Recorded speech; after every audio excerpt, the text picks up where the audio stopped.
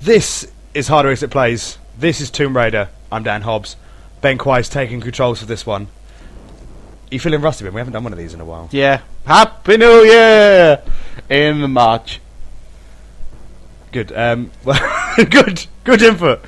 We'll play the opening of the game, and then we're going to jump to a little bit later in the game. And then maybe some multiplayer if we've got time. You want a 4%. That's the one you want. No one's going to play the multiplayer. Come on now. I don't know. No one... No. Come on. Nah, come on. Okay, this is Tomb Raider. It came out today, March the 5th of the 2013s. Developed by Crystal Dynamics and Eidos. Published by Square Enix. This is our heroine. The rebooted, renewed Lara Croft. Looking young, supple. Totally not overtly sexual. Tomb Raider! I should have known you would have done that, because we went to Eurogame and we played somewhere not far from this bit, and all you did was like, I know what I'm going to do. I'm going to make her tumble to her death. I've got to test the death physics, which are proper horrible.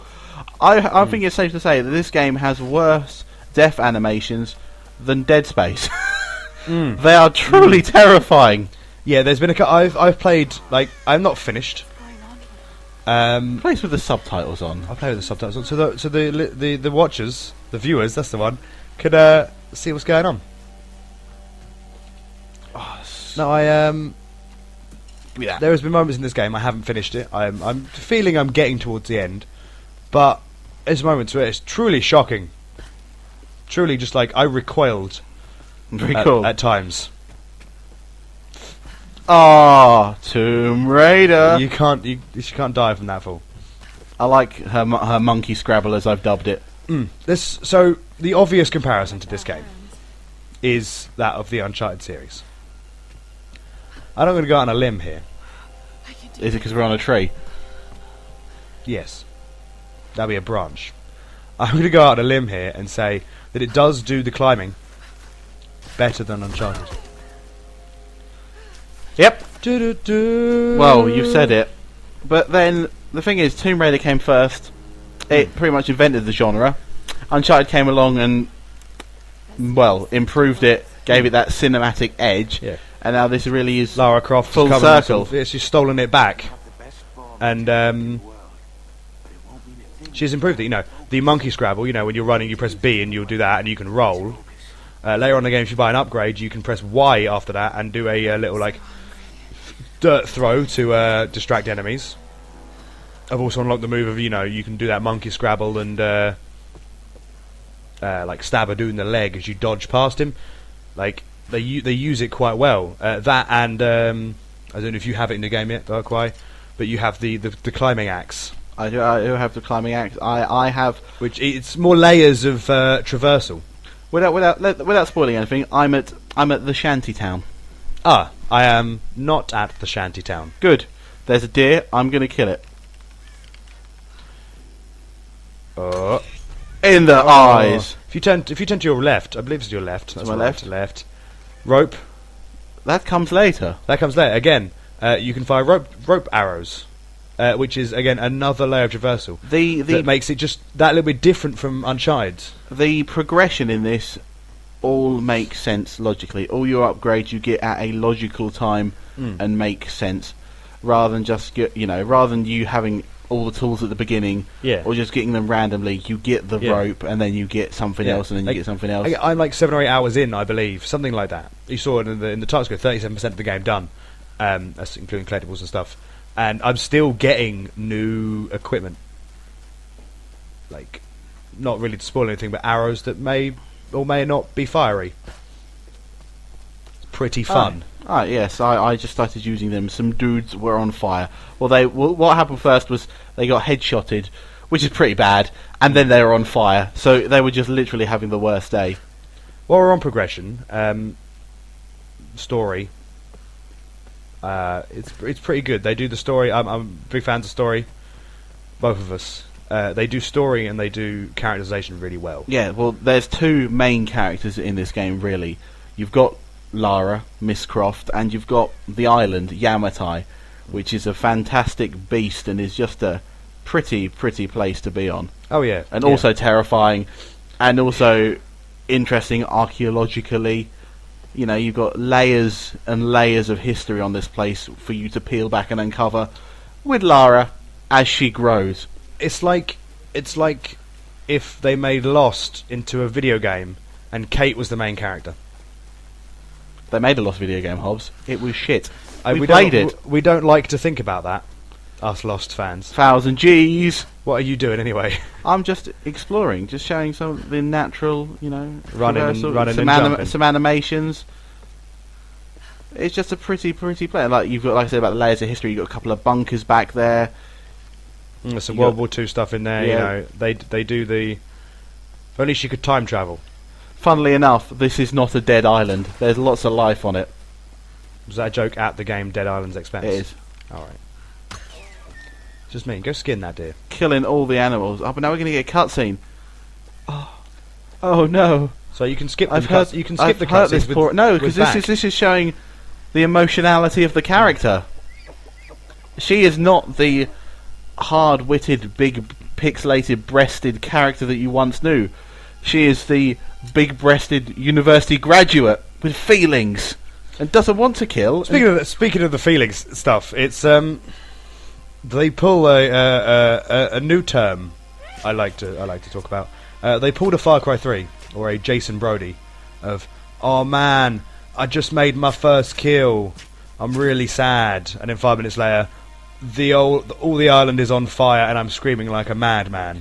Yeah, I mean, it kind of. Yeah, I get what you mean. It's emotionally jarring after spending so much time. You do spend a good hour, 90 minutes surviving, essentially. That was great. Not seeing your first enemy for that first hour was a fantastic decision. You make your first kill and it forces you to pull the trigger in your first kill. And after that, it's the waves of enemies get more and more and more and more. Oh god. And the point I'm at in the game, there is literally non-stop action. But from a story perspective, from a gameplay perspective, it's disappointing that they haven't gone back to a little bit more exploration, survival, and stealth like they do in the opening of the game. But from a story perspective, it's escalation, isn't it? It's a ridiculous amount of escalation, but video games, that is the excuse for it. Because if it, you can't just make your first kill and then be expected to go back to. Here we go. Here's some. So there's lots of verticality to this game. Oh, don't kill the little bunny. You're a bad person. No, I'm a survivor. I'm a go-getter. One thing, achievement hunters in this game, if you're looking for to 1,000 this, don't. There's if you're looking to get a few achievements, there's one story-based achievement which is finishing it.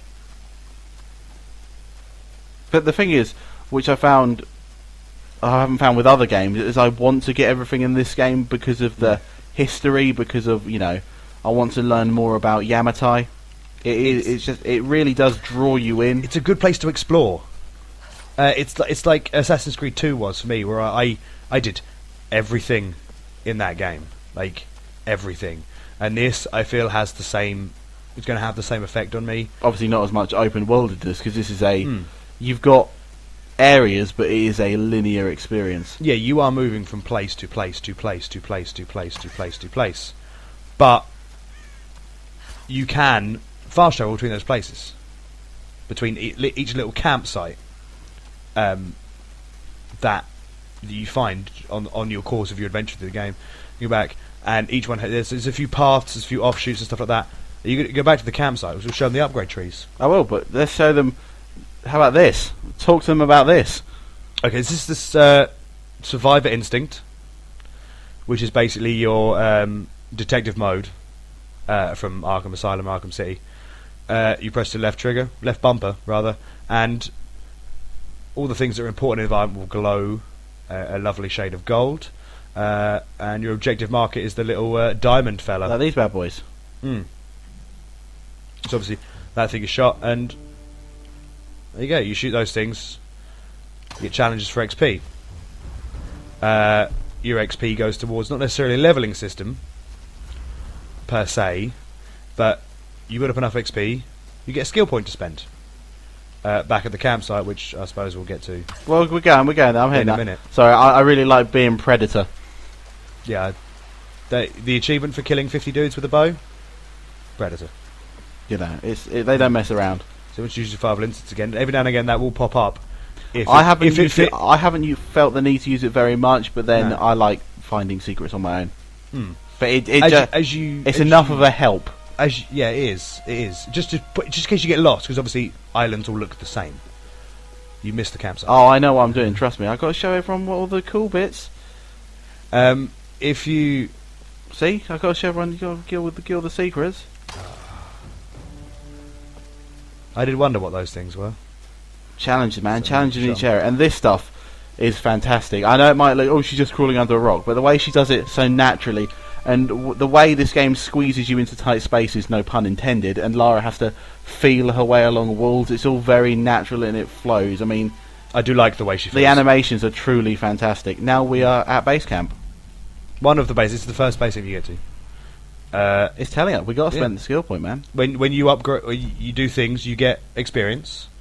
You get enough experience. I think it's about 1,000 or so. You get a skill point, and you get to spend a skill point on making Lara more better. And you've got more better, Survivor, more better. Hunter, and there's another tree, I believe. But you know, killing and stuff. There's a melee tree, which is later on once you got the special acts of destiny. That's when you. And then they're all sort of spot animals easier. This is the one I went for because I love the bow in this game. So you get your bow, you get arrows back up when you kill an enemy.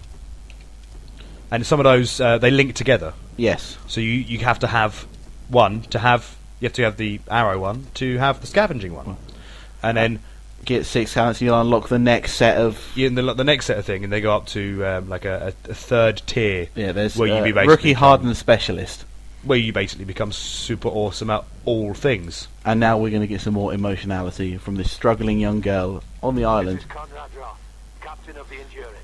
We are shipwrecked on an island inside the Dragon's Triangle. I don't actually know if this stuff is actually a thing. Like, the Uncharted games are based on actual things from history, legends. Indiana Jones. Kind of. Yeah. Well, they're based on like Shambhala is in one of the Uncharted games, and that is a thing that exists in real world life. In mythology and whatnot. Yeah, I don't know if this island and all these things, the Dragon's Triangle, is a real thing. Probably not, but I'm sure it's something that they can make up quite easily with the Bermuda Triangle and all sorts of what they can draw on inspirations. But you know, that's the great thing about Tomb Raider is they've brought the history, but they're not bound to it. There will always have. There's always been sort of a fantastical element to Tomb Raider, which hasn't sort of unrooted it. And there's still tinges of that in this.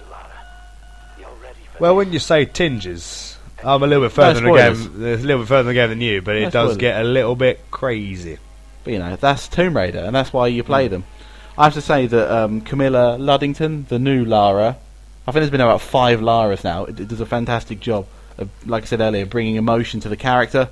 A lot of the characters, even though you don't see a lot of them really, because you're running around on your own, a lot of the characters are really good. I like Roth. Roth is entertaining. Roth is like northern, he's man. Ned Stark, essentially. But the rest of the crew are a bit sort of one-dimensional. Cliches. The Scottish guy is pretty cool. Old angry Scottish sea captain Grim is his name. He's pretty cool. He's pretty stereotypical, but yeah. And there's the nerd, which I'm pretty sure is played by Danny Wallace, or something who sounds very much like Danny Wallace. Yeah, the token video game nerd character. We're going down a hole. No, I'm really enjoying it. It's like I said, it's very immersive, and I quickly became lost in it and bashed through a couple of hours of it last night very easily. It's pretty. But sounds great. You know, I suppose, is this technically a reboot? Do you class this a reboot? I would class it as a reboot. Yeah, it's not really a prequel, is it? Is it? But it is set. It is the earliest of Lara's adventures. If it is a prequel, but I pretty much could say it's a reboot because there's been a lot of her past is different. There's been a lot of hums and hahs recently, like the DMC, about reboots. Like, is this the way forward? And people were very upset about Danzig because they changed their hair. Are they going to be similarly upset that Lara's boobs aren't pixelated? Well, no, it makes perfect sense for a developer to reboot a franchise, because in this day and age, unless you are part of an established franchise, Ooh, you know, secrets. very rarely games do come along that are brand new and they're pretty awesome. Like, say, Dishonored, for example. But it does make sense for big video game publishers to build a new game from an established character or an established named IP, because it has more chance of selling more copies. True. You know, like, if they just brought out Devil May Cry DMC, if Ninja Studio had just made a hack and slash game, not called it Devil May Cry or DMC, not had Dante in it and Virgil in it, people would have gone, oh, this is this game. Bit like Devil May Cry in it. I like it. Not Devil May Cry. You know, if they brought out this new action adventure game, it could have been really, really good. But it's because it's got Lara Croft and the Tomb Raider name on it that is why it's got more attention. Yes. Which is why reboots make sense and new IPs don't. You know, but then feel free to shout at me in the comments if you disagree. But it makes sense. It makes sense from a business standpoint. From a developer standpoint, but not from a creative standpoint. I mean, to be fair, with reboots recently, DMC did a fantastic job. You know, This did a fantastic job. But you know, reboots they're a tough cookie to crack. I mean, look at films. Films constantly either reboot or or remake. Yeah, and they don't do their track record is not as good. Well, yeah. But again, still, like, you know, if for example, I don't know, Spec Ops: The Line came out last year or the year before, if that had turned up as part of an established franchise, that would have got a lot more press and might even got received a lot better if it was established franchises with characters you know the tropes Wasn't of. Spec Ops then? What's that? No, I'm thinking Conflict. I don't know. I've played Spec Ops games before. Do you want to call it a stop here before we get to some crazy cutscenes? Yeah, let's go get some. We'll switch back to my other save file and we'll show you the later part of the game. That is a lot more mental. Are we going to fade to black? Yeah, we could do. Fade to black. Wait, what? What's going? Okay, this is the crazy. This is like a few more hours in the game. This is like 5, 6, 7, 8 hours in the game, and this is where it goes all action and mental and crazy.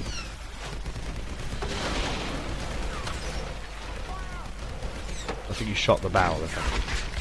What? Oh Jesus! Oh Jesus! Yeah, it gets super actiony, and honestly, like at some points, quite difficult. Because you'll see from where Ben is, like, there's no real proper cover system. It's not like a Gears of War or Uncharted style cover where you're locking to cover. You're sort of crouching behind things, and you know the environment does get destroyed quite easily, which means you constantly have to be on the move. Which again is something different from other games of this archetype that makes it a bit better. I can't really hear you. It sounds like I'm in Vietnam. It's pretty crazy. It is pretty crazy. Whoa! Press Y to kill him. Press Y. There you go. Rock to the face. I'd assume you hadn't got that move yet. I have got rock to the face. No, the pickaxe to the face. I have. But because you have to hit him in the leg first. You have to, like, down him. I certainly haven't got some sort of grenade launcher. Yes, you have. Oh no! Oh no! Oh! No one told me there was machine guns in this game. I'm running around. Still got my bow on. To be fair, the bow is still my favourite weapon. It's Year of the Bow. Now we just had Crisis come out. Yeah, but Crisis is awful. Yeah. Generic. But you can go without sounding too pretentious. You can go to hardresearch.co.uk to still read our review of it. Yeah, we gave it a pretty good score. A reasonable score. Come on, Ben. You can do it. You can kill them. Oh god. Jump on a wave. Oh slide. god. Oh slide. Y for murder. Press Y for murder. Oh man, this is... Oh yeah. No, yeah, it gets hard. I told you, it gets hard. I mean, Uncharted is a walk in the park compared to this. Probably I should be using guns, Yes, I that mean, helps. I don't like- the shotgun is shotgun. The shotgun is beastly, to be honest, and it's because of that upgrade system. Yeah, even the upgrade system makes sense. Like you go round and you collect what they call salvage, which is just you find a little chest on the ground, you kick it, and salvage comes out. Every 200, 300, 400 salvage, you can go into your upgrade store and attach new things to it, like make the rate of fire better, or make the I don't know, the reload speed better, or make it more powerful. Which, you know, you have to grenade launcher it with RB. There you go. See, explode. There's also a lot of explosions. There is a lot of explosions. Like, that's no joke. There is like everything's on fire all the time. The bit early in the game where you're running through the burning village is pretty fantastic. I mean, it's very Uncharted-esque because Uncharted pretty much invented the giant action set piece. Yes, there's a lot of running through burning place. To be honest. Fire is scary. So are wolves. Wolves, really scary. The wolves were terrifying. They're probably zombie wolves. They are really scary. No, they're not zombie wolves. They're just. Oh man, there is someone. He is on fire.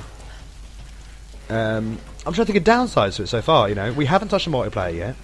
I've heard I might have a few games. I might do a few commentary on some games. Put those up. Word on the street is multiplayer is pretty awful. Ah, here we go. Look, instinct. What is this? Some sort of magical wall? Skadoosh. This is my favourite way of getting up it, is to go Yep. Exactly the same thing. to the fish attack.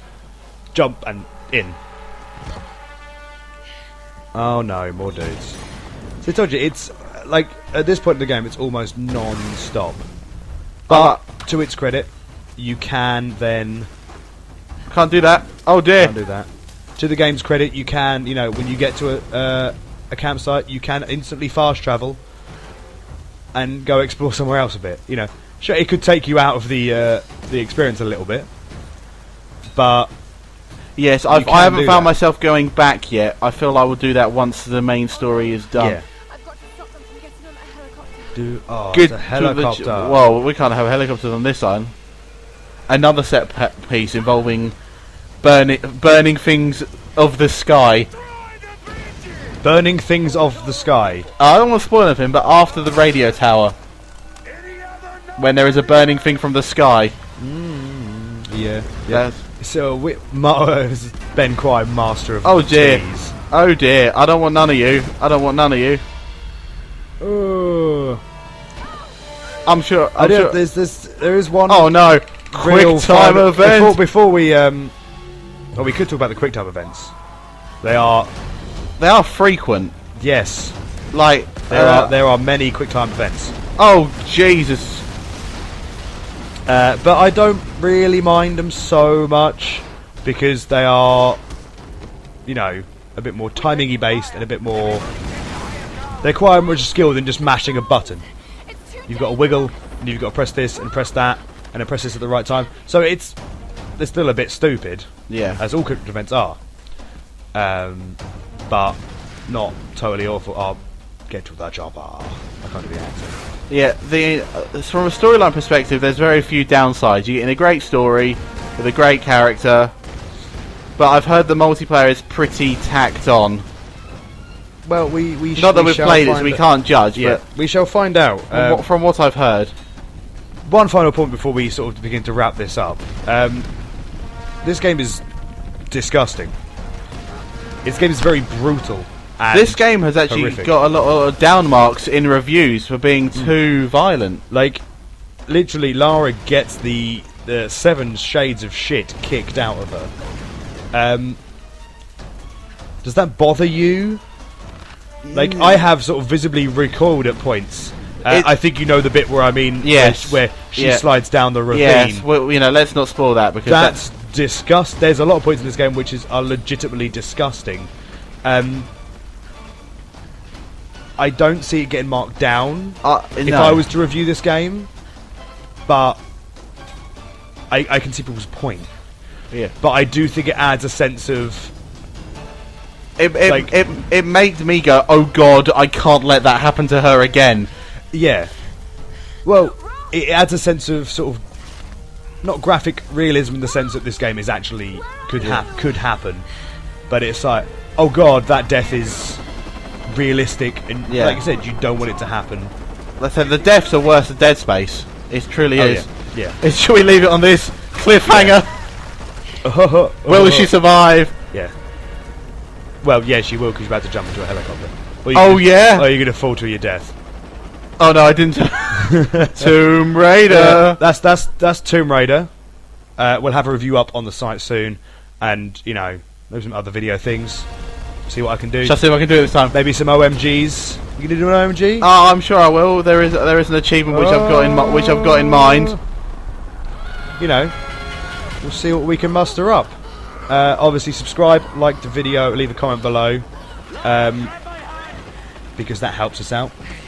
Obviously visit the site hardware.co.uk for our review and anything else we do, and all the written stuff, and all the video stuff, and all the podcasts.